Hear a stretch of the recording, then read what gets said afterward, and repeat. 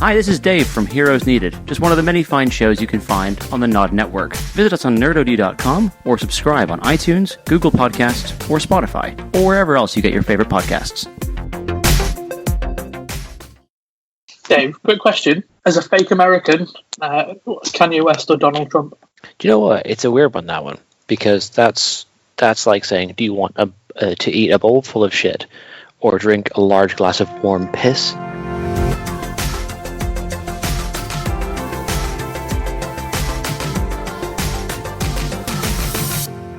Hello and welcome to this week's edition of the Nerd OD podcast with your host Reg. Oh wait, it's alphabetical, isn't it? And Dan. And Dave.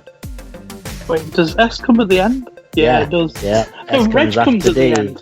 Reg went first. I always come at the end. That's why. Oh no, that is gross. That's a gross way to start. I came at the end, but accidentally. I didn't really understand what was going on. But why did we just have trouble doing an intro then when we're all together sat in the pub? Because clearly, now we're allowed out and pubs are open. Then we're going to do every podcast now for the next couple of months till it gets boring in our local. And incidentally, anyone that's been to the pub needs to stay away from me because you're riddled, icky. I think the best thing was COVID or just other things that you might be riddled with. In general, I'll let you decide. I think the best thing was looking at those images from Soho and being like, you guys, what are you doing? And the report from that police guy that was like, drunk people can't social distance. Yeah. It's because everyone wants to either hug you or fight you. That's true. Or sometimes both. Mm-hmm. Sometimes both. Can't if you're into that sort of thing. Fight. That's the beautiful thing is we didn't even need to try and think of an intro because now we guarantee we can never, ever, under any circumstances, ever do a alphabetical when there's more than two of us. So the intro is always just, fuck, we've messed this up. I didn't even have to be like, say words. Yeah, this is the Nerd OD, the official sponsor of Yeezy for President. Oh, God. Right, is he just representing himself? He's his own party or something? Because I thought all that was taken care of, and aren't they just a two-party system over in America? Well, you can run as an independent. Anybody can run for president, technically. Well, within reason, there are limits, but you don't have to run for a party. It's just generally, if you're not one of those parties, you don't win. So, or you don't come anywhere close. Doesn't his politics sit with Republicans, though? No, his politics have sat firmly with Trump and Kanye West. They've sat with insane rich people. That's kind of where they sit. So I don't know what's going on. Unfortunately, he might stand a really good chance. And I can't live in the world where Kanye West is the fucking president of the United States. Well, it all comes back to Trump's fine. No, it comes back to Idiocracy. Idiocracy was not a fiction film. It was an actual documentary from the future. Like, the world has gotten dumb. We have got celebrities for politicians, and the world is going to hell. And it's interesting to see it in real time. Terrifying. But I think ultimately quite interesting. But this is politics. We don't do politics on Nerd D podcast. What's happening here? We don't. It's just about this is very light politics. The fact that it's Kanye, though, I think. Kanye is relevant to our world, right? Well, I suppose actually, in a good way, is he's announced it now after releasing that fucking awful single. And if you heard the new song from Kanye, no, it's like, you know what? I know people like me, and they'll do buy whatever I put out. So I'm going to try now. I'm just going to put out some shouty shit and just see if people are into it. Hang on, are people still buying his music after Scoopity Poop? Even more so. Scoopity Poop. More than ever. The last Kanye West I ever listened to and really enjoyed was 808s and Heartbreaks. That was on a great album. But that was about 15 years ago. So and the worst thing is that was still awful compared to like the College Dropout and like the College Saga. No, 808s and Heartbreaks was a great track. It's just auto-tuned to fuck the entire album, and it's just horrendous. There's not one good song on it. I absolutely fucking hate Kanye West and everything he stands for. We were talking about this. Just randomly going through it. Remember that time when we went to see him in Manchester, and I was like, "Can we just fuck the actual gig off and just go to see Liam Frost play. Yeah, like, Liam Frost was on week 3 of his 4-week residency at Night and Day, and we'd been to every other one. But we were like, oh, we've got Kanye West tickets for that night. But which should have been a good thing, but he was an absolute knob on the stage. It was. Like shouting at the sound guy to be like, if you don't fucking hire up these vocals, I'm going to walk off. So they hired up the vocals, and then he was like, if you don't get this fucking video in the back, so then I'm going to lose my shit. You're going to lose your job, and I'm going off the stage. He spent a lot of money on that video, and he'd done a lot of effort. It was him dressed in a spacesuit, getting onto a rocket about to shoot off to the moon or something. It had to be like, it was when Touch the Sky was playing, and he absolutely had to have that video playing while he was singing or rapping. It was such a horrendous experience. But do you remember his amazing jumper at the V-Fest? The McDonald's fries one. McDonald's fries jump. It was awesome. I wish I had a picture of it. It was brilliant. I do. I got loads of pictures of that. Oh. Like nothing else of any of the other artists that were playing that time. just loads of that picture of his jumper. It was awesome. Dave, quick question. Mm-hmm. As a fake American, Kanye West or Donald Trump? Do you know what? It's a weird one, that one, because that's like saying, do you want to eat a bowl full of shit or drink a large glass of warm piss? Because you don't want to do either, but each of them does have kind of the pros and cons. So the difference is, though, that's an unrealistic question that would never happen. This is a question that I'm asking you now that a lot of Americans might actually have a choice of answering.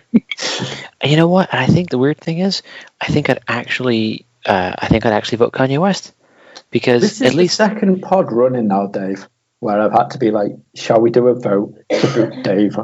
No, but hear me out. There's a reason behind this. There's a reason behind this, and I have thought this through. I can't vote in the U.S., so don't worry about it. However, if the choice was Kanye West, Donald Trump, you got to think to yourself, at least I don't think Kanye West hates everyone. Like, I genuinely believe that Trump doesn't like anybody. Like, he doesn't like people close to him. He doesn't like rich people. He doesn't like poor people. He doesn't like anybody. He likes his family. He likes himself. He likes his daughter a lot. But that's it. Like, he doesn't care about anyone else. Whereas I believe that Kanye West, although he's nuts, I think there's a small chance that he could be playing a very long con, like Joaquin Phoenix did for a few years, where he seemed to go completely nuts, and then it came out that he was making a film, and it was all like a weird setup. Yeah. So either exactly. Either Kanye West is doing that, like the proper long con, to then be like, hey, guess what? Yeezy's just making it all up. Or he's batshit mental. He's batshit mental. But he at least follows him on Twitter. It's probably one of the most entertaining things in the world. Yeah, but marketing, man. It's all marketing. I feel like he's past that point now, though. Mm. Yeah, if he was gonna come out as all being a joke, it would have been just after the Donald Trump endorsement bit. Mm-hmm. But I think he's less dangerous than Trump. Definitely. Oh, I don't know. I think he's less likely to actually launch an actual war. I think that Donald Trump's more likely to do that. Unless you say to Yeezy, your clothing line is shit, then not only will you launch a full-scale nuke attack on your house, the worst thing is he'll probably send the Kardashians around to try and entertain you while that happens. I've just thought. I can't think of anything worse. I've just imagined this totalitarian United States where it's a lot like North Korea, but the standard uniform that everyone has to wear is a shiny jumpsuit and a pair of Yeezys. Like everyone. Well, what happens if he gets vice president? I mean, that kind of works. Trump West rather than Trump Pence. Oh God! Do you know what? There's Just think about that for a second. There's no win, is there? There's a part of me. There's like a real nihilistic part of me that would love to see a Donald Trump Kanye West ticket at the election, because that would just show that American politics has just jumped the shark. Like, Donald Trump was bad enough, but Donald Trump and Kanye West running as a pair, could you imagine them at campaign rallies? You'd have this whole crowd of Trump supporters who, like, Kanye West gets on stage and they're like, there's a black guy here, what are we doing? What's happening? And then he talks about supporting Donald Trump, and they'll be so confused. They'll be so conflicted. They'll burst into flames. They'll spontaneously combust in the auditorium. They'll be like, as a black guy who's very proudly black, supporting Donald Trump, who's obviously a white supremacist racist. What do we do? I like you, Trump, and I'm going to let you finish. Yeah. That's it. Oh, my God, that's it. Again, it's part of the long con. He's going to go to a Trump rally as his vice presidential candidate, and he's going to say, I'm going to let you finish, but Joe Biden has the best campaign of all time. And then sway all of his fans. Bam, landslide Biden. Long con. That could happen. So, Reg, you wanted to talk about Divinity. That's the most we've ever talked about politics, I think, on this whole podcast. Yeah. In the last 10 years. Yeah. as well. I'm sorry about it.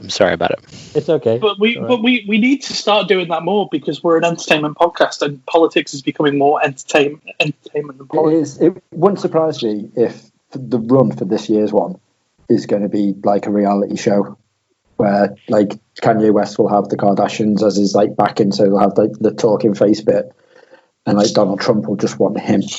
Or they get all the mayors of each state and just put a big like illuminated X in front of them, and they press a button. And last thing on politics, and then I'll leave it alone. I mean, go on to something more entertaining. Last thing on politics. What drives me nuts with the U.S. elections is that they go through all the primaries, they pick a person, whoever you like, I don't give a shit, whatever. But then they go, okay, you need a vice president. And they just, rather than go like, oh, that person that was running against you has got like mass appeal. Why don't you just like have a joint ticket and get all the supporters together? They go, no. I'm going to have that random fucko over there from middle of nowhere, Shitsville. And it's like, why? Why not just have, like when Hillary Clinton got the nomination, everyone's like, ooh, I wonder if she'll get someone like Bernie Sanders, bury the hatchet, like run together. Maybe that'll work. And she's like, no, I'll have Tim Kaine, this guy you've never heard of from Virginia who looks fucking creepy. Oh, he can run with me. It's like, Hillary, people don't like you. You can't just pick someone completely random. Then they just, oh, man. Sorry. I'm still seething. It's 4 years later. I'm so upset about it. Right. I'll get over it. But Kanye West has a great shot because imagine he's got the Kardashians on his side. Social media, he smashed it. Any sort of 18 to 25-year-old on Instagram, they're going to be bombarded with Kim Kardashian shit about voting for Kanye West, and they're going to do it. So it's a genius, really, if he does go for it, because it would be insane. I mean, he's like a billionaire, right? Like, this is why I don't get out with Donald Trump. Like, you're already so rich. What the hell's the point? Well, you can't do what you want to do. I mean, he's done his best. But Kanye West, he wouldn't be president. Could you imagine him in a briefing in the Security Council, like sitting there through, Germany talking about why they've got to strengthen NATO? You think Kanye West is going to pay attention to that shit? It's crazy. But also kind of funny. I feel like he'll want to prove everyone wrong. I'm not saying that's a good thing, but I think everyone's expecting that. You heard it here first, Dan Sandman. Yay, 2020. Again, not endorsing him in the slightest. Well, yeah, that's a good point, actually. I mean, it sounds like an endorsement. Tom Hanks 2020. Come on. Who is the Nod Network's choice? We have to have an election special, surely. Because every news outlet has got their pick and their pundits. So we're going to have an election special this year. Okay. Unprecedented. Yeah, let me know when you're doing that. And, I'll be busy. We'll figure something out. I got an idea. I got some time. Okay, sounds good. Right, well, speaking of things in the future, right? You know how we've all been looking forward to playing the latest Assassin's Creed game, Valhalla. Oh yeah, absolutely. Yeah, everyone apart from me. Yeah, fair enough. Well, strangely, someone has leaked like the first half hour gameplay from the studio, which shouldn't have happened. Okay. Yet it has. Ubisoft are now trying their best they can do to remove this footage from everywhere. Like, it's not on YouTube anymore. You can't find it on YouTube. But there's like the sources.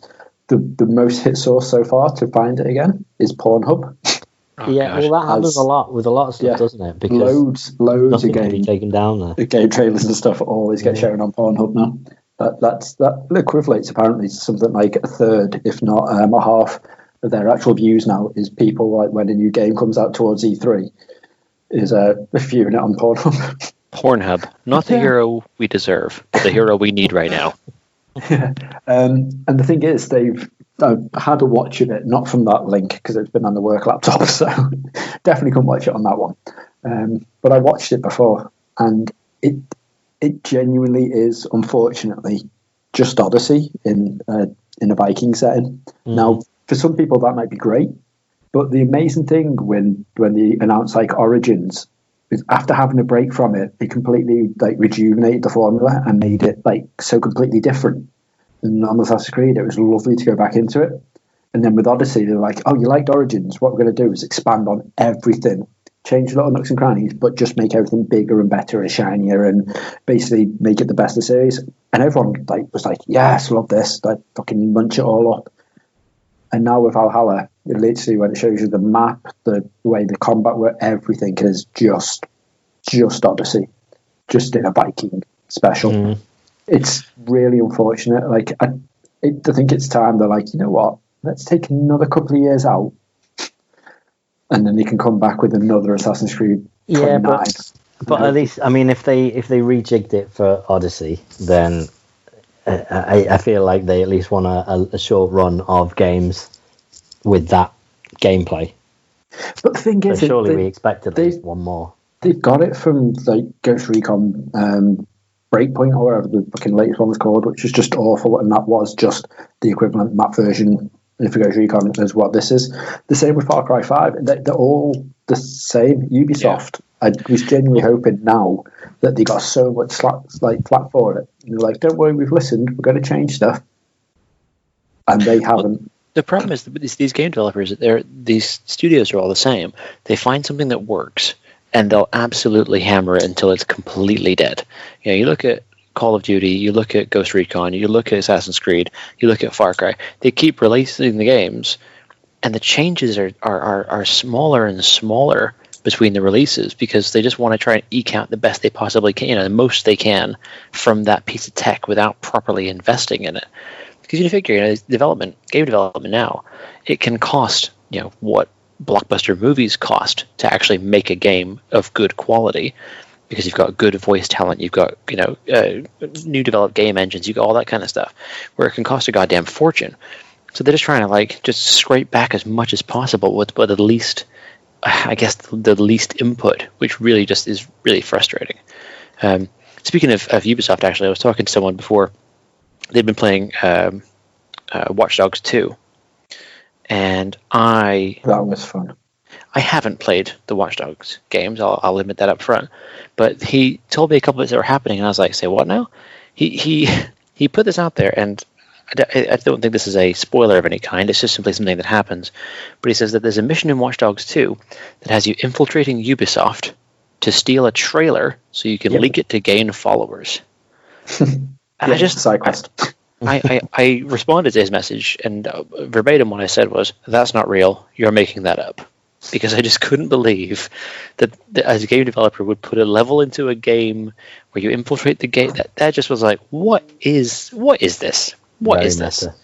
And so not as a indictment of Ubisoft in general, but I was like, what is that? So it doesn't surprise me that they're just rinse and repeat whatever they've got. Yeah, it's just a shame because you would have thought now that they would have actually learned and just put something slightly a little bit different inside it, but like nothing. Game breaking, but just something to make you go, wow, I'm not playing a reskinned Odyssey. Because at the minute, that's what I love, having a break from like the AAA titles that are all smashing out. Because I know for a fact that if I played one, 90% of the time you played them all with just a slight change of variation of like the landscapes and stuff. Everything seems to be going the same, and it's getting unfortunate. That's why I love having the Switch. And just being able to be like, you know what, I know it can't be as powerful to play the likes of like The Last of Us 2, and all the brand new spanking titles like the Assassin's Creed and stuff that they can't handle it. So like, I'll tell you what though, here's some loads of unique titles that you can play on here. And it's brilliant. It is nice doing it. Like, admittedly, I do miss sometimes having the ability to be like, you know what, I'm going to smash through The Last of Us 2, I've got enough time. But at the same time now, any sort I want to fix a play and anything, I love having the Switch and having the Quest at the moment, and just having those two things to bounce off. I'm having so much fun. I mean, there's a few titles coming out that I was genuinely like quite stoked for. So we were talking before about the Grand Theft Auto pre-pod, and saying about like how stupidly huge their open world games are, and there's so much to get once you've done the main story and going through. So the guys that did the LA Noire VR case files for them when he turned into the VR thing, they're now apparently working on a brand new open world VR game for Rockstar. Now, they haven't stated if it's a brand new IP, or if it is the likes of GTA 5 seems coming out on the PS5 in VR or whatnot, but like that would be awesome. I know you can play it on the PC in VR using like a side hack, and apparently it's just insane. But the fact that they've got someone of that caliber to do a proper huge AAA title open world again is great. The only problem is you've lent me your VR headset and a bunch of your games, and VR Case Files, LA Noire was one of them, and that was actually the first game that I put on because I loved LA Noire, and I thought, oh wow, the VR one's going to be great, and I really didn't like it. I didn't think it was very well sort of put together at all, so it doesn't fill me with that much confidence. Yeah, I really didn't enjoy it, but I don't know. That's a game. Thinking about LA Noire, it's one of those first games that I really remember being super psyched about it and like being so excited to play it, and then playing it and completing it, because I'm notorious for not actually completing games. I'll get to like 90% and then somehow just never finish the damn things. Yeah. But LA Noire is one of the ones where I played all the way through, completed the story, did all that stuff, and I got to the end and I felt like there'd been such a build up and such a great kind of scene set in the way it was going, and I felt so let down at the end. And it's years ago now. I don't even know how the game ends. I've forgotten how the game ends. But I remember at the time that feeling of, there was such promise in the game, and I felt like it ended too quick and too just hard. And it's a real shame. So I see talk about like games like that being remade or long sequels long way down the line. And I'm like, I'd give that another shot, because that game was like so close to being amazing in my mind. Yeah. And the only thing that ruined it, it didn't ruin it because I just ignored him. But I'm like that. I like to get to the end of a game, but I also like to get as much of the little side quests as I can. Little collectibles I can live without, but in terms of like a mission that they've actually put some effort into, designing and having cutscenes and all sorts, I want to do all that. I was like that with Mass Effect. Like I had to get everything I could. But you'd be driving, like the idea was you had for people who haven't played it, you had the entirety of Los Angeles in like the 1940s, 1930s. 40s, yeah. So you could literally drive from one side to the other, and different crimes would be happening at different places, and you were following all these cases. But you could be driving to your next destination where you had to look at a crime scene, and then suddenly over the police scanner it would say, there's a crime happening on block 34. And it would be the total opposite end of the city. So you'd have to, it didn't give you close by. Like when I was playing Spider-Man, it would give you sort of there's a crime happening within about 5-6 blocks of you. So within about 30 seconds you could get there. But it would literally could take about 10 minutes to drive to the next, to that crime that's happening, because it was proper real-time drive. You could go a bit faster than normal, but you couldn't jump to that place, and that really frustrated me. That I just couldn't find the time to or the want to actually complete every last little side quest. Bugged me. I know we spoke about LA Noire loads on the Geek Podcast thing, but my favourite thing about LA Noire was some journalist who was reviewing it heard that basically it was completely realistic. Like you went to the building, that building was there in the 40s in that exact street. Everything was the way it should be. And he was like, it's interesting because my granddad was born and raised there. So he brought his granddad along and was like, right, okay, show me where your house was. So his granddad was like, right, okay, hang on, go down the street, do all the directions. He's like, that's my house. And he was like, and that is actually your house? He's like, that is my house. And if you go around this corner, and then his granddad started getting really emotional because he's like, and this is the pizza place where I first met your nan. And it was there in the game. Literally everything was the way it should be. And instead of playing the game, he just took his granddad around literally the whole city going like, oh yeah, and this is where I used to work, and this is where the horse ran away from me when I was doing the bread rounds, and like all that sort of stuff. And I just think that you've got the ability to do that for people now is just amazing. Like I love that so much. Speaking of those great games, I was reading about the Mafia games, and the idea that they are releasing a new one, or a remake, rather. Yeah, remaster. Yeah, and that was a game that I remember being, at the time, So was it PS2? Was it PS2 and Xbox? Yeah, original Xbox at least. Yeah, and I remember that one being just a great experience of being able to drive the sort of classic, was it like 1930s cars and stuff, and 1920s, and like just the street scenes and stuff, and having that kind of feel of freedom like you had in GTA, being able to just wander around town, but being stuck in that era. I remember that being a lot of fun. Yeah, it's one of the like really underlooked series, the Mafia ones. Like I couldn't get into 1. 2 I really enjoyed. 3 was good, but the open world was massive in it, and every side quest was the same. So I was like, but it was a deep story wise. I really enjoyed it, but apparently the remasters of them haven't gone down very well. In the British thing, which is a shame. Apparently, they've just been really shonky done. That's a shame. Which isn't good. Like the did you hear about the Crysis remaster? Which is also the remaster in Crysis. Okay, now if you remember, Crysis was the game that you needed to have the most expensive PC in the world Absolutely. at that specific time of release in order to run it on like the lowest setting. It was like the pinnacle of graphics, like the pinnacle of everything for PC gaming.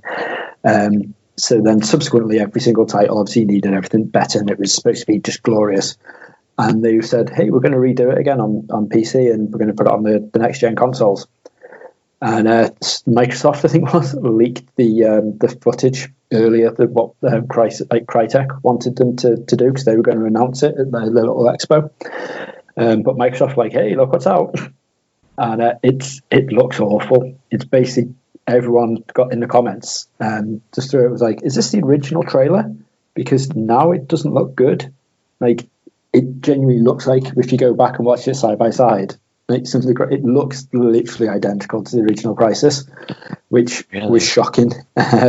So much so that they've actually apologised and they've gone back to the drawing board again. They're going like, right, okay, let's redo this. Like, we need to redo it, which is amazing. They've actually listened to the fans and gone like, you know what, you want from us what you expect from us, and that is to be the best of the best. So we're going to go back and redo it. I was like, you don't get that anymore. People are like, yeah, fuck it. If you want it, we'll patch it in 7 years later. Yeah, exactly. So it's immense that someone's actually going out and doing that. Ship it and patch it later. Yeah, I hate you mentioned the Quest before. Yes. So there's one of my bugbears with the Quest is the fact that multiplayer games seems to be lacking. There doesn't seem to be many multiplayer games out there. They've released one recently that's to do with like Zero G. I can't remember what it's called though. It's in the Echo Arena. Yeah, have you tried it? It's called Echo Arena. Yes. Okay, so it's named after the music live venue in Liverpool. Hang on, I think it is anyway. That might be. Yeah, it is. It is. Well, which is now the M&S Arena, but M&S Bank Arena, just as catchy. I think you and Dave should try it out tonight. I say I've got the beta for it, and it's really confusing. Really confusing. Yeah, have you not sampled it yet? No. Jesus Christ! It's playing Ultimate Frisbee in 0G gravity. Yeah, let's do that. You've literally got to bounce yourself off the arenas and pull yourself forward. You've got full locomotion. You've got to go for it.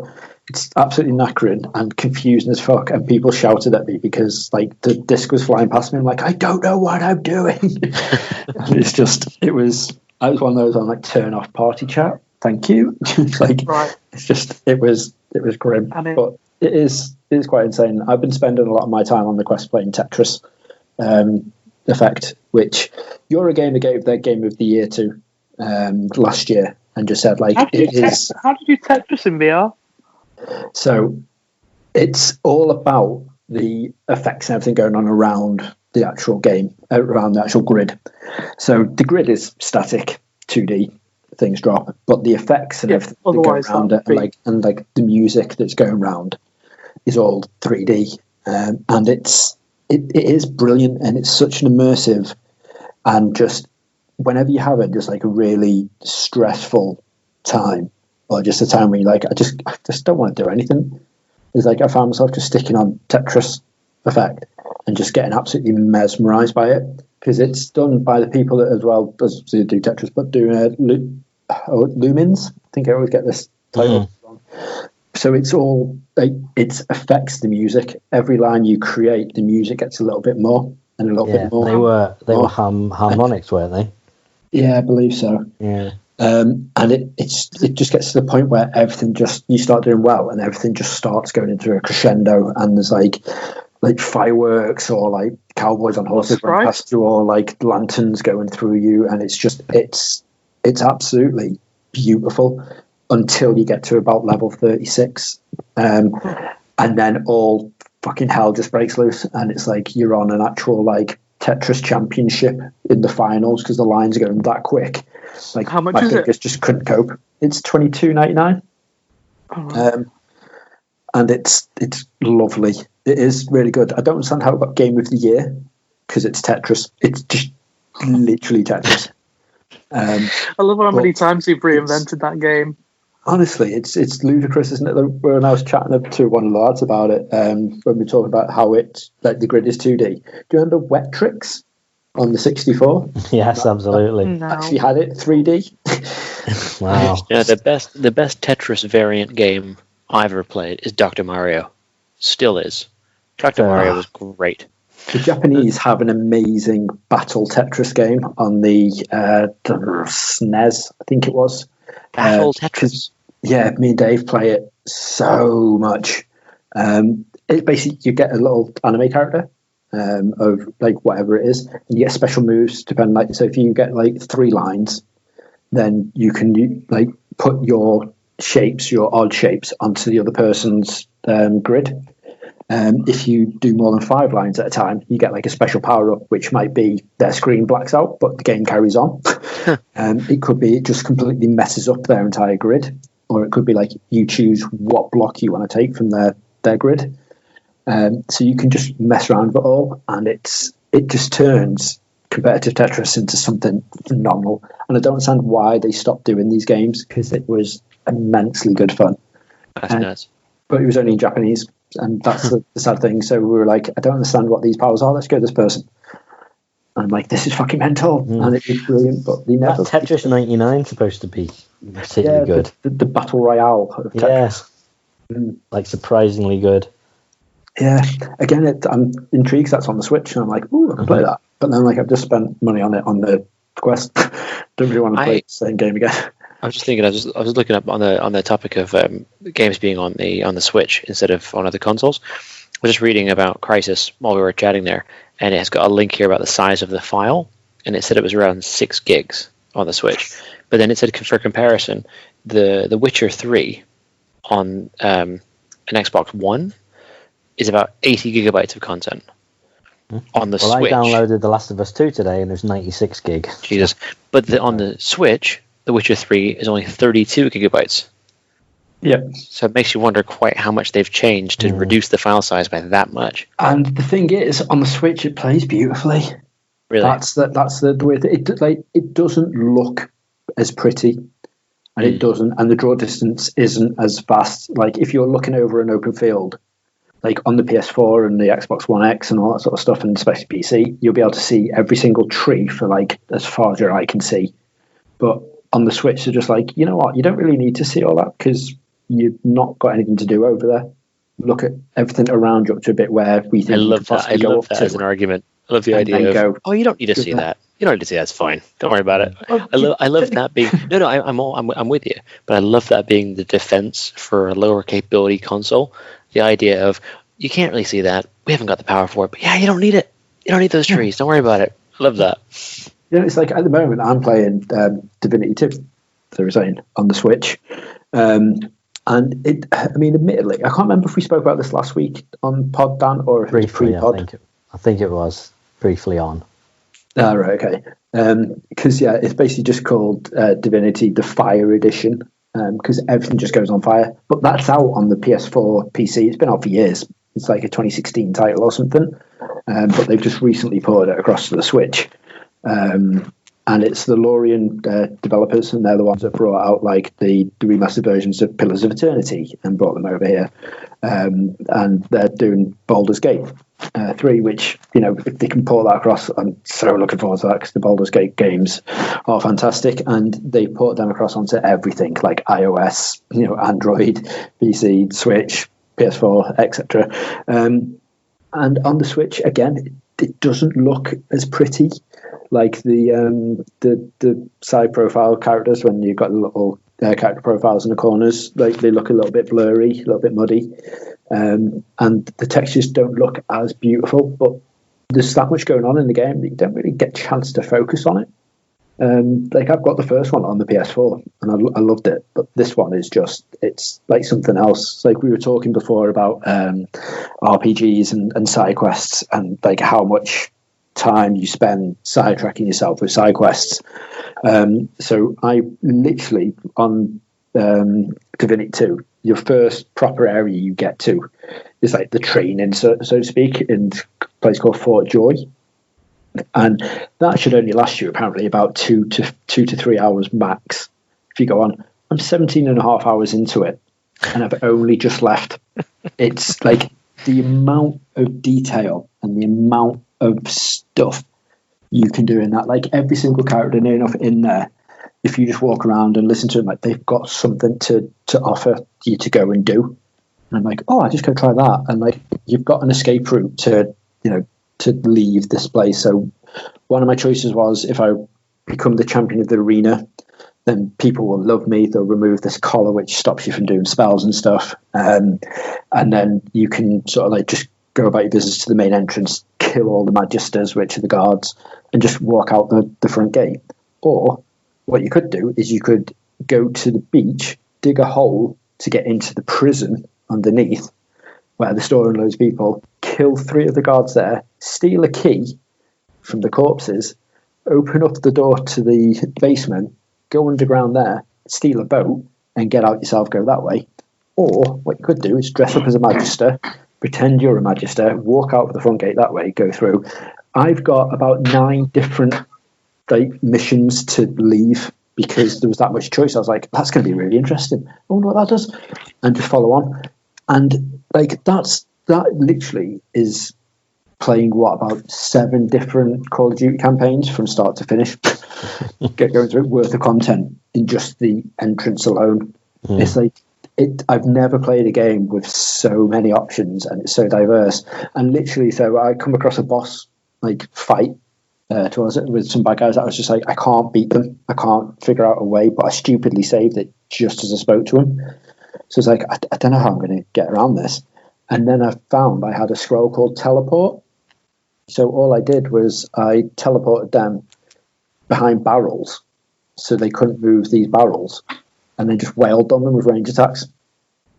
And it was something you could do. And they're openly just like, you can do whatever you want to do with this. Like, I wet the floor in one part with a rain spell, picked someone up with this teleport spell, put them in it, and then electrocuted them. Because the water literally, because it's electric, it shocked them, and they were static for ages. If you throw an oil spell on, like an oil drum on the floor, people slow down. There's so much variety to everything you do. It's ridiculous. Like, some guy was cheating at me on a card game, so I left, and what I did was I just threw a fire arrow to the top of a thatched roof that they were sitting under. Just set fire to that. No one noticed, and the whole thing just started setting fire and burnt them alive. Because they couldn't move because I just barricaded them in with stuff. So as they were trying to run around, pretty savage. Exactly. But that was just something you could do because you could. You didn't have to. It was just something randomly in there. And I was like, I wonder if you could do that. And I've had so much fun experimenting with it all. And I was chatting to Mike at work. He talked about it that much that he was like, I'm going to have to get it on the PS4. I was like, grab it. Honestly, it's so insane. And he's basically doing the same as me. It's ridiculous. It's so much fun. And if you haven't played it and you've got it on, if you've got a PC or a PS4 or Xbox One X, whatever, it's like 13 quid because it's that old, and that's for the definitive edition. And you can't spend a better 14 quid at the minute. Well, speaking of old games and revisiting them over time and things looking pretty, I, the other day, decided to splash out and get Skyrim again on my Xbox One X, because I'd had this moment where I was thinking about good open world games, and I just thought, you know what, I don't think, and reading all about the announcement about Elder Scrolls 6, and just thinking, do you know what, I miss playing Skyrim. I miss being a stealth archer. That's what everyone seems to go. No, I always stealth, a bit of stealth, yes, but I always play a blacksmith. Just end up being a bit tanky because I level up my smithing. It's always been a thing I do. I don't know why. My wife tells me that I could go and actually do a blacksmith course in real life, and I say no, it's just not the same. Take a much longer time to get as good as I can be in a video game. But I started playing it the other night. I've only played a little bit at the beginning because life and babies and the rest of it. And it's just such a good game. It is so it's good, and it's 9 years old, and that's crazy to think that it's a decade in between Elder Scrolls games. But it's still so good. And I've probably put like an hour, if that, into the opening of the game. But I still remember that opening bit where you're on a wagon and you don't know why, but you've been captured and you're about to be executed, and then a fucking dragon shows up and blows shit up, and you're like, this is awesome. This is just so cool. I'll do my usual thing where I just steal every possible thing my character can carry, knowing that I'm going to break it down for components or sell it later. But it's just such a great game, and I think that it's remembering how good a game like that can be, and just that I'm not even at the stage yet where I'm in an open world environment, but I remember in this game where that happens, and I'm looking forward to that again, because now I'm playing it on a better console, on a better quality television, with an updated remastered, well, not remastered, but an updated upscaled version. I can't wait for that part, because I remember how good this game is, and that's quite a nice feeling.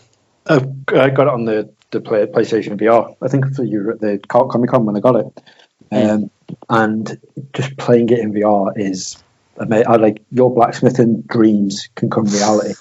Yep. If you play it in VR, because it's incredible until you get to the spider bit, because that's just terrifying and horrendous and stopped me from doing the open world bit for a while.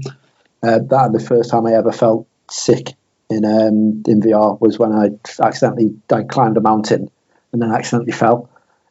My God. When my legs hit the floor, I was like, oh God, this is not good. But it's still an incredible title. It genuinely is, and it will be up until 6 comes out. And then hopefully 6 will be awesome, because they are really good titles, to be fair. So I am looking forward to that. But while we're, again, going on the subject of old game-ish related stuff, 2 things. So first things, everyone who's listened to the pod knows I love me some Persona 5. Like, that was an awesome RPG. Mm-hmm. And then they did the anime.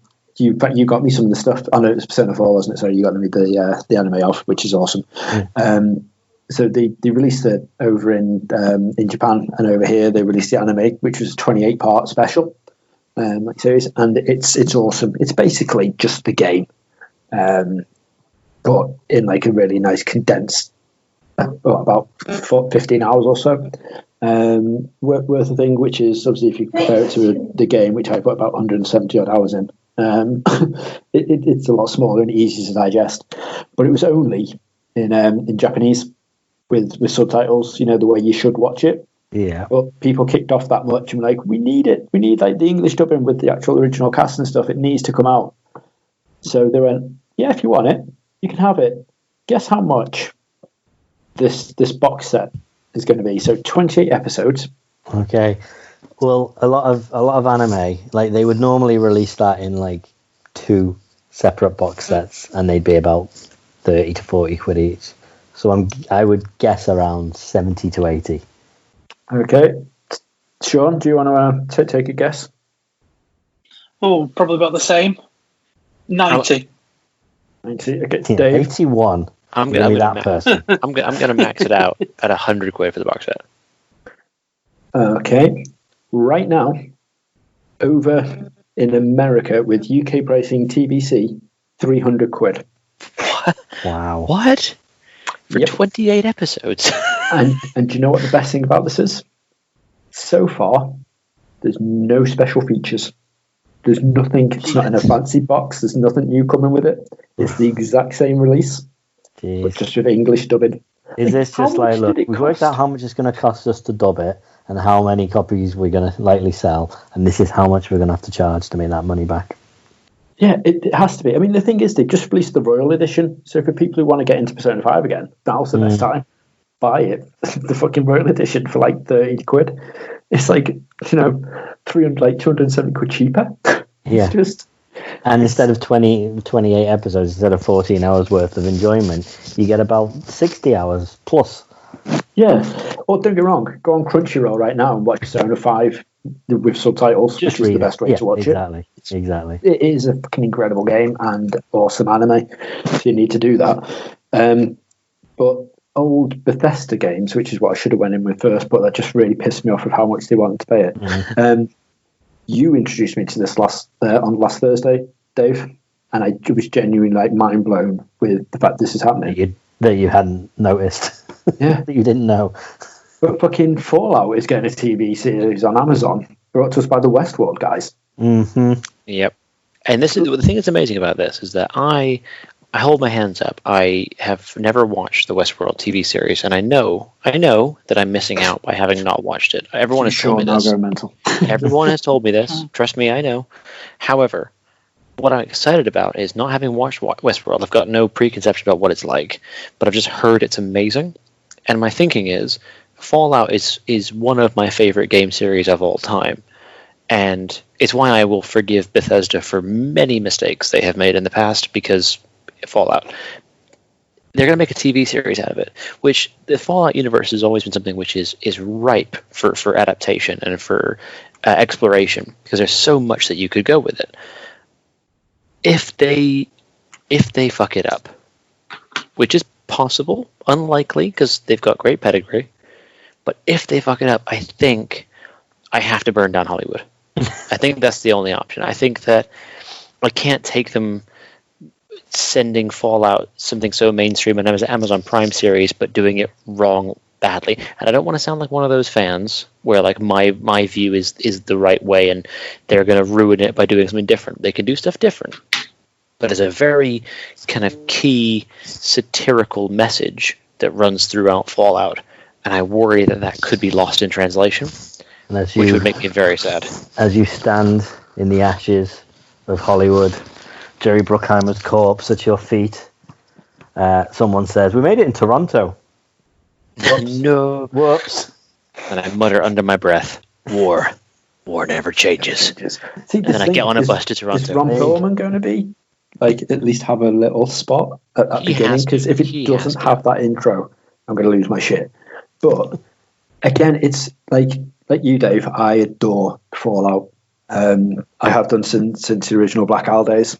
Like, absolutely loved the Fallout franchise. But part of the fun in Fallout is making your own story. Like, let's be fair, the main storylines, the Fallout games, have usually been shit. It's like it's the side quests and stuff, like the Nick Valentine series and that sort of stuff that's going through, which are amazing and they are good. But it's the way you craft your character and how you handle situations, like your choices in that game, how they make your choice matter into a TV series. I genuinely don't know how that's going to fly. And also because Bethesda are actually helping out with this, is the series going to be full of bugs?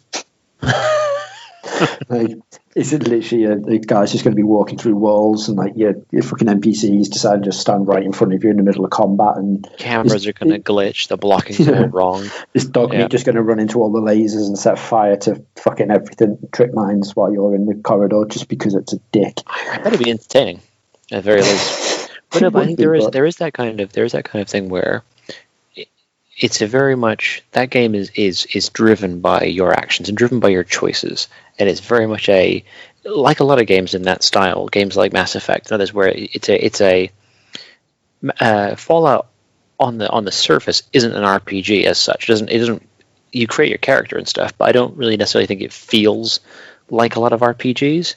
The new ones, no. The isometric ones, 100%. Yeah. Like 3 plus, no. No, but the idea that the show has to take basically one of those stories. You know, you look at Fallout 4. Fallout 4 and I don't know if should give spoilers to a game that's as old as Fallout 4, but it's fine. Is it 4 or 5 years old, if not more? You got a couple big choices at the end of the main story of that game, and either choice is massively significant for the world your character's in, but each choice is equally valid and provides a completely different gameplay experience. In the same way that in Fallout 3, one of the first places that you encounter is a town called Megaton, and it has an unexploded nuclear bomb in the center. Apologies to those who have played Fallout 3, and I'm explaining the first hour of the game to you. But either way, there's a massive unexploded bomb in the center of this town. And you have a choice in this game of whether to set that bomb off or not. And if you do, the game continues. It's not like you do something so heinous that the game is over. This is an actual legitimate choice. You can choose to either back this side or back this side, and either way, your game continues. And you get a completely different story depending on how you choose to go.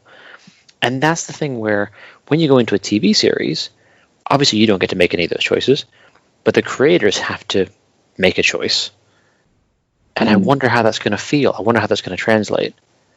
Yeah. But I don't know. Yeah, but I that's what I like about TV shows, that you can just sit back and it's sort of a passive experience, that you trust the writers in most cases to take you the right way. So long as Damon Lindelof is nowhere near it. I don't trust that, man. I won't hear a bad word said about Lost.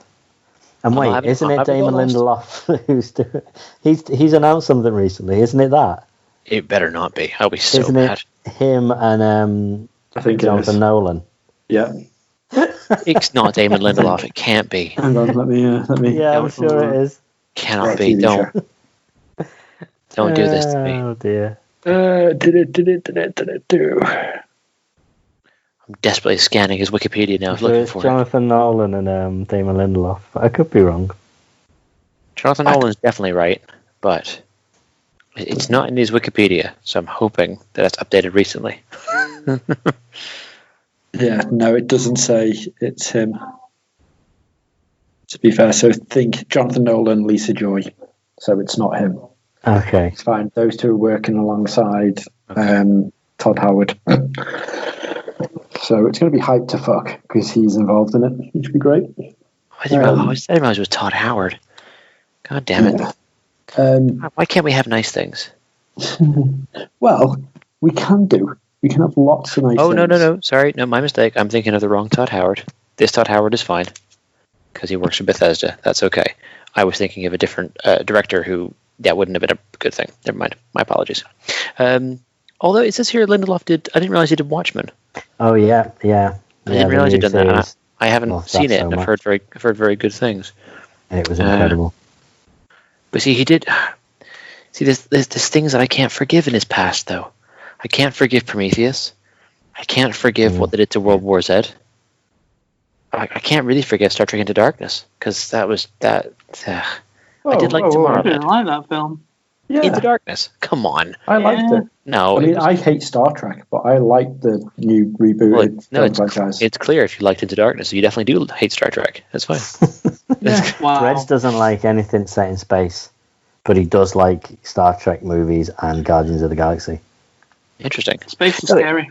Into Darkness. The problem with Into Darkness, the big problem with Into Darkness, is they spent months and months and months in the build-up to that film going, it's not Khan. It's not Khan. Of course it's not Khan. Yeah, fair and they went half an hour into the film like, oh, by the way, he's Khan. Did you not know that?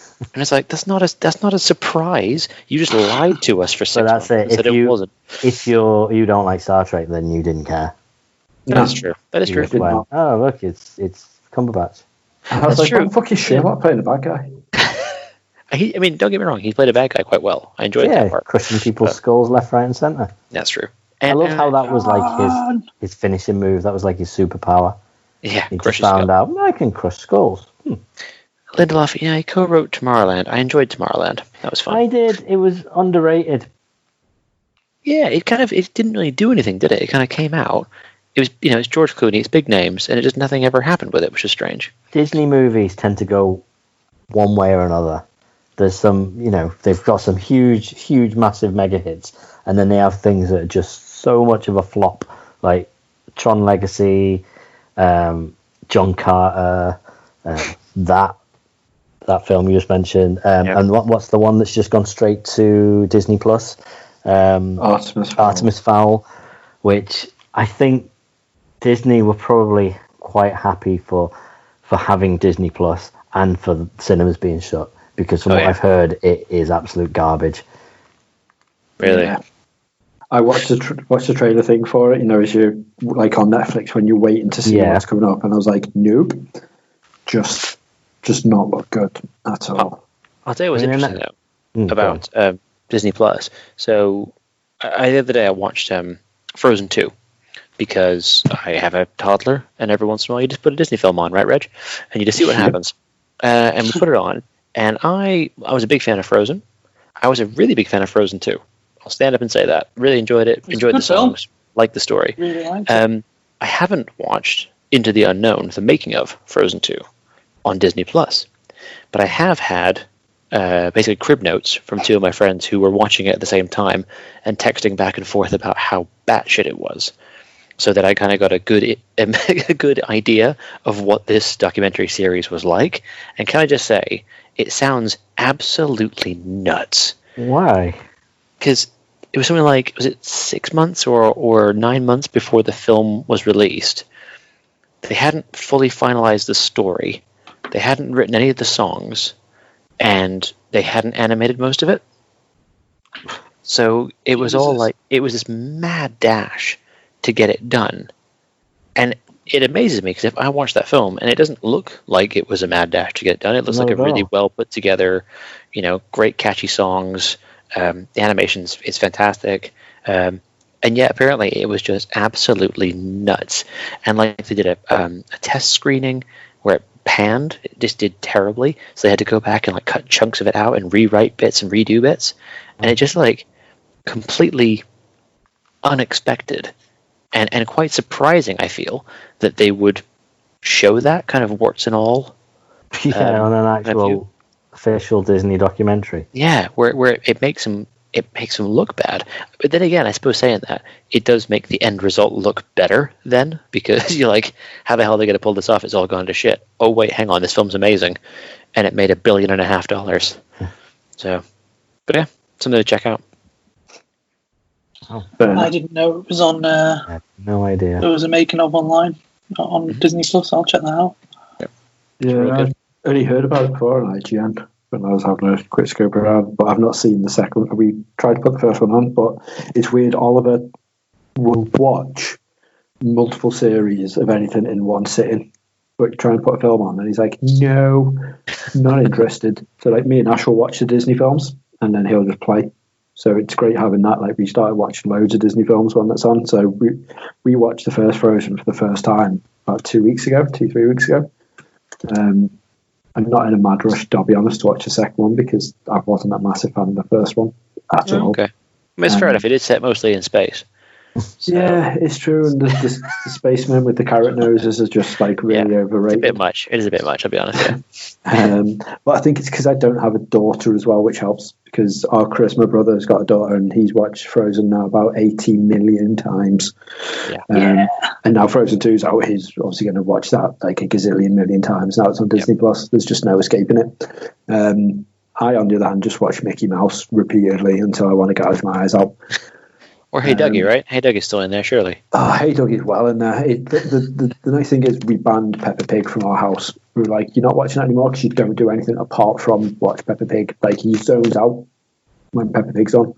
And you could literally just offer him anything in front of his eyes and he just doesn't look. He just watches the pig. And you turn it off and he went mental. So we just went, no, you're not having that anymore. And ever since we said no, he's just like, put Dougie on. He just loves Dougie. And I love Dougie. I've got no issues with Dougie at all. Everyone loves Dougie. It's fine. And because the other nice thing is, in each series, there's like 60 episodes. So I can't get through them as much as what I can do the 8 episodes of Mickey Mouse's Mixed Up Adventures, which I have now watched about 90 times each episode. And I now spoil it for him, and I don't think he cares. But like, they'll start doing a race or whatever it is, or like the latest one when Clarabelle the cow becomes a princess. And like, at the end, she's not the princess.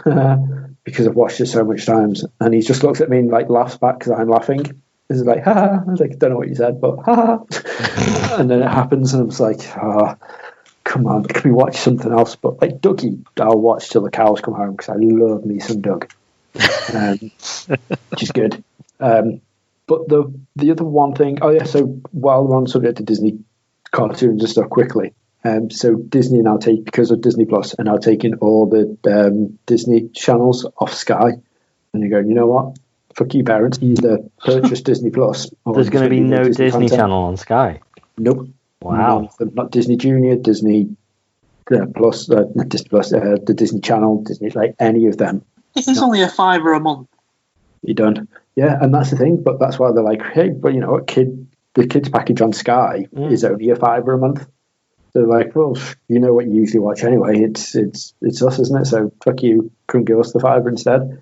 So Sky have now gone, I'll tell you what, we'll reduce your package to £2.50 for the kids per month, because we're losing like 6 channels now. When it hits September, that's when their licensing deal runs out.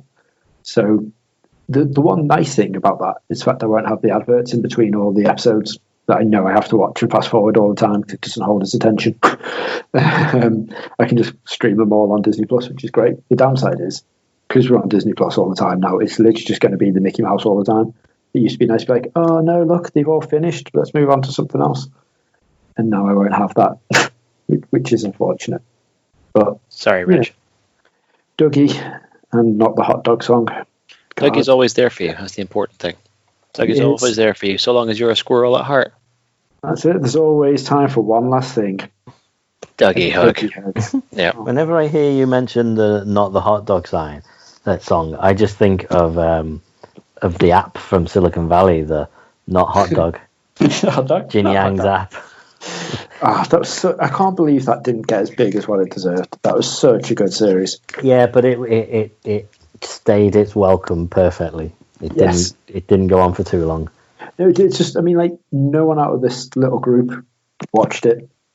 Like, no one I know, even like Mike and Flick and stuff that are all into like the marketing and the digital side stuff and like just decent comedies and an amazing series. Yeah. Never watched it. I'm like, how have you never watched it? So Silicon Valley's fantastic. good. So good. It really is.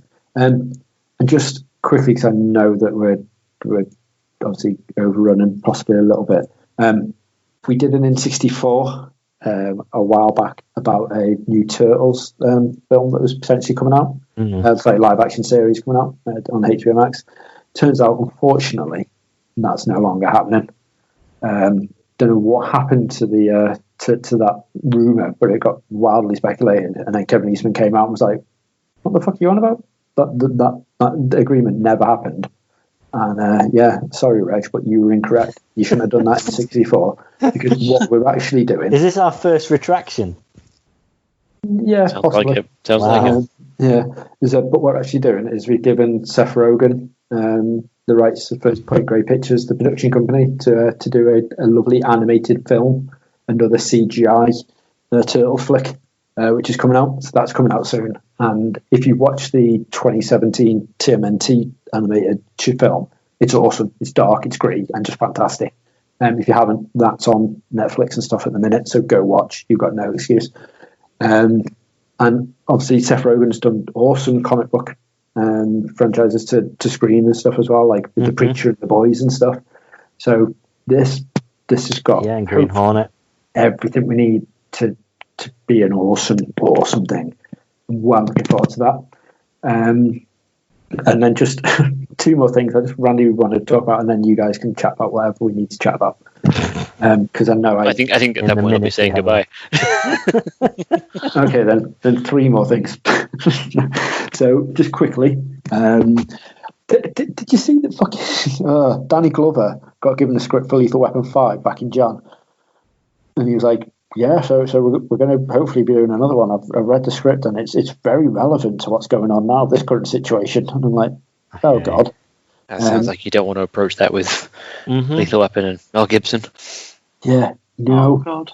And that's apparently going to be the 5th and final installment, which, you know, Lethal Weapon 4 was great, wasn't it? With Jet Li and shit. Lethal Weapon 2 should have been the last Lethal Weapon film. Yes. Then they go to number 3. Then you got Joe Pesci giving it all that. Then you got like number 4 when you're like, you guys, you passed it now. Just retire. It's fine. Just retire. Murtaugh, you were old in the first 3, one. Die Hard with a Vengeance was going to be Lethal Weapon 3. Yeah.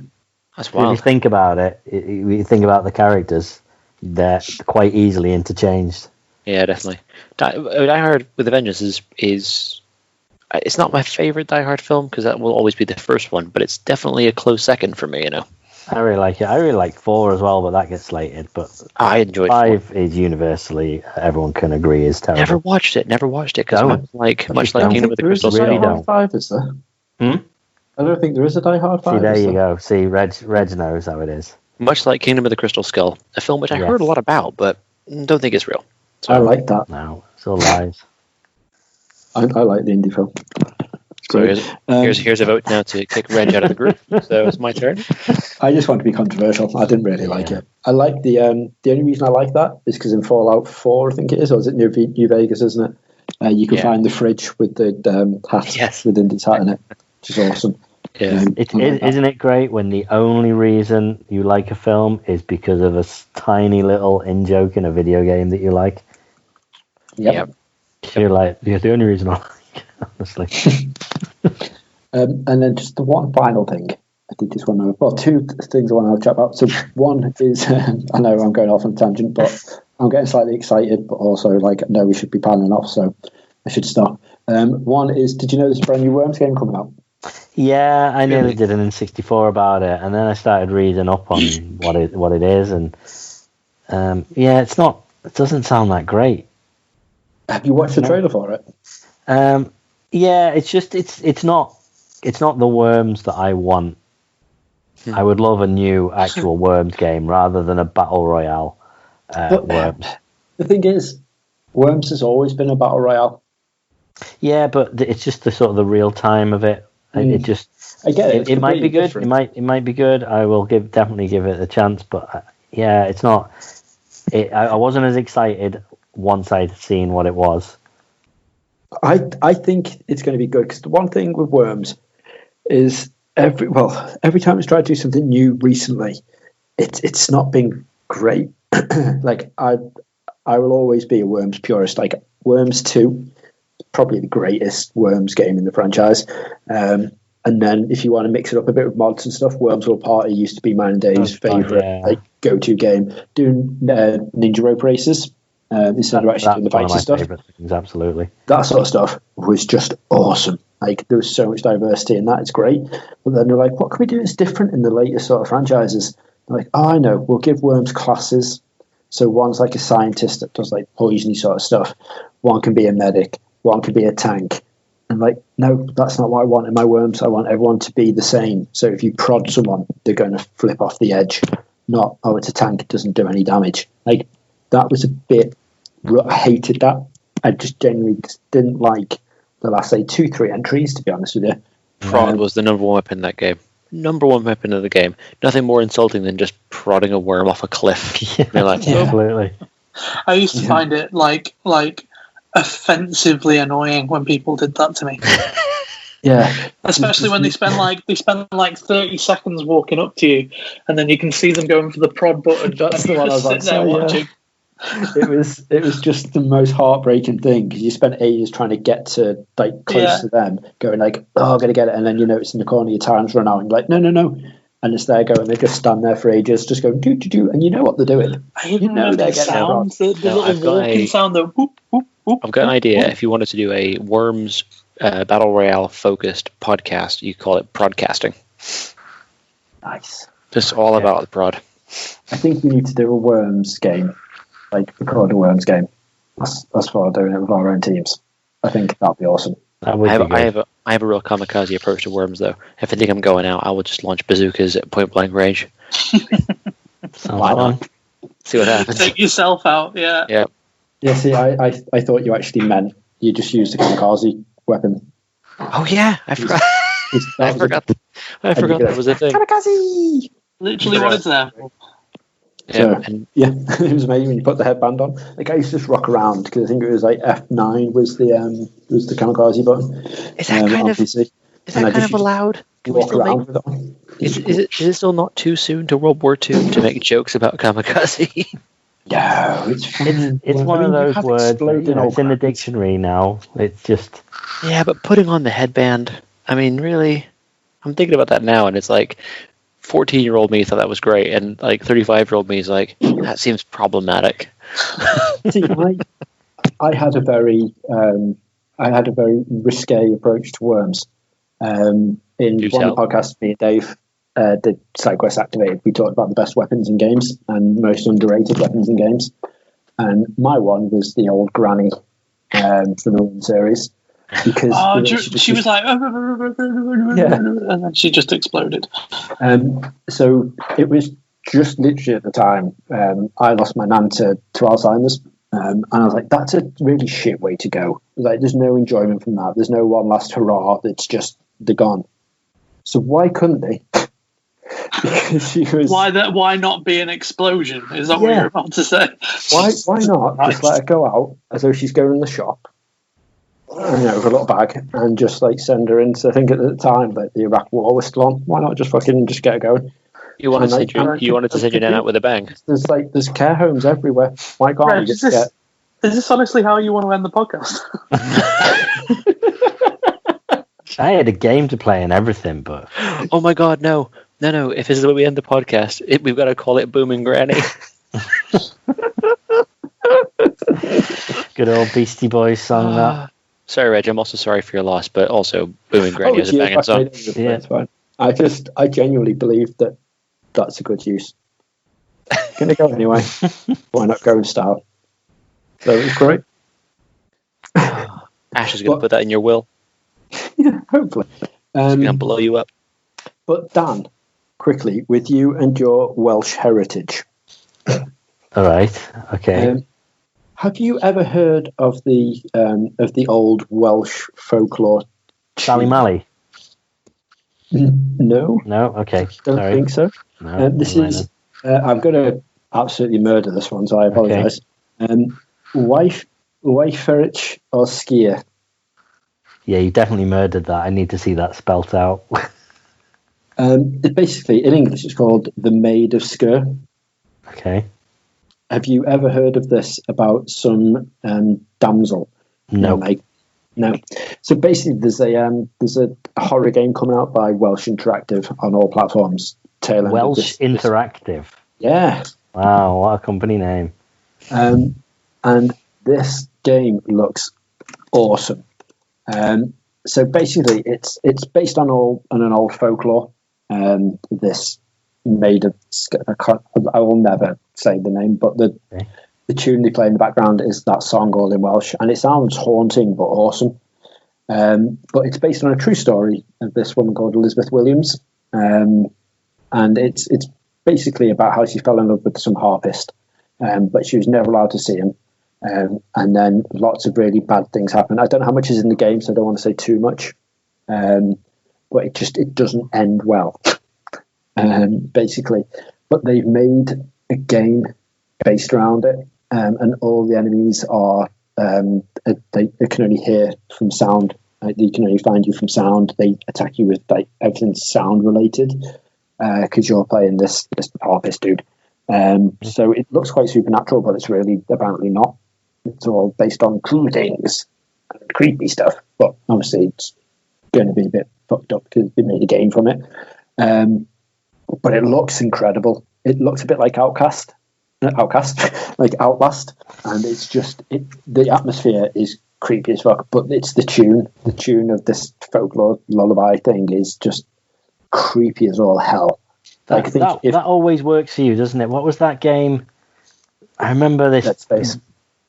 Was it that? Did that have like a nursery rhyme? There was Dead Space, which was Twinkle Twinkle Little Star, and Dishonored, which had the drunken. What do you do with a drunken sailor? But it's the original version, the really dark one. Like, what do you do with a drunken whaler? And like all sung really slow and creepy, and it's like skin them up and like fucking dismember them. You're like, fuck, it's just sounds bad. But it's like the original Silent Hill with the Ring of Roses and stuff. It's just like kids' nursery rhymes and like old-fashioned lullabies and stuff, sticking them in horror games works perfect. But just literally have a Google of the Maidska, comes out end of this month on all platforms, including Switch, and the PS4, PC, and fucking everything you need, Xbox. But it just, it looks really, really done. And again, Welsh Interactive, never heard of them. Pick up the Welsh. That looks awesome. Big up the Welsh. So hopefully that would be a nice way to end it. If it's not, then we can always look forward to a nice cup of brew with a nice new comic of Predator versus Iron Man. Okay, because Predator needs to be versus something else. Are they still doing those crossovers? I thought like Alien versus Batman was like the pinnacle of ridiculous crossover comic. Is there genuinely Predator versus Iron Man? Don't you worry about that, because Marvel have just bought the rights to both Aliens and Predator comics. So expect to see a lot, because they've done some teaser artwork, and one of them is the Predator standing on the Avengers building holding Iron Man's head. Why do they keep doing that? Leave it alone. Leave it alone. Leave Tony alone. When I was a kid, I used to read the Discworld books from the library, and whenever I used to go there, I used to read Discworld while one of my mates, Sean, used to sit off and read like the Alien versus Predator versus Batman versus Spider-Man and versus Superman. I'm like, how's that even a fight? It just makes no sense. Like, why would you think, I tell you what, Aliens versus Predator versus Batman, like, who's going to win that one? Aliens, which have like super speed, violent as fuck, and a guy for blood. Some guy with money who's just like, I've got a few traps that I can fucking throw down, you can avoid. Throw a batarang at an alien. Yeah, it was bullshit. But, people seem to dig it. But the artwork, I must admit, as much as I'm not going to read them because, like you, the artwork's are bullshit. Yeah. The artwork, if you just have a look at the that picture, the teaser picture looks actually really cool. Yeah. Right. So, that's me. Good. I think that takes us to the end. I'm out of everything now. Cool. Reg is spent. So, anyone else? No, I got the smallest of updates, which is I mentioned on a few podcasts ago the birth of a new podcast coming to this network. I haven't forgotten about it. I'm going to be having a chat with someone this week about an exciting podcast development. Hope I'll be able to share more next week. Oh, sounds exciting. Exciting. Very exciting. And my update for the other podcast is, if you are listening to this, pull your fucking finger out and edit it, please, Bob. Oh yeah, you recorded a podcast, didn't you? Last year, was it? Feels like it. I don't know if he still listens to these, so I'm just going to out there. And then if he does, then I'm in trouble and it probably will never get released. But if he doesn't, just goes to prove it. All right, then, everyone. Until next time. Absolutely. I've been Dave. Listening. I've been Dan. Dan first. Been Sean. I've been Reg. Reg, you was went going first well. at the beginning. I don't know what's going on. I even said Dan, like, without anyone talking over me. And then you went and ruined it by thinking there was a problem, Reg. I don't know why you're laughing. You've upset Dan now, Reg. You've upset him. Right at the end of the podcast. That's shocking. What are you going to do? Edit me out of it? Wait. Oh, God. The non-Reg cut. It'll last like 3 minutes. Yeah, right. If you're out there and you're listening, we love you, and we'll see you soon. Do love you. That sounds creepy. That sounded really creepy, but love you all. Bye. Bye.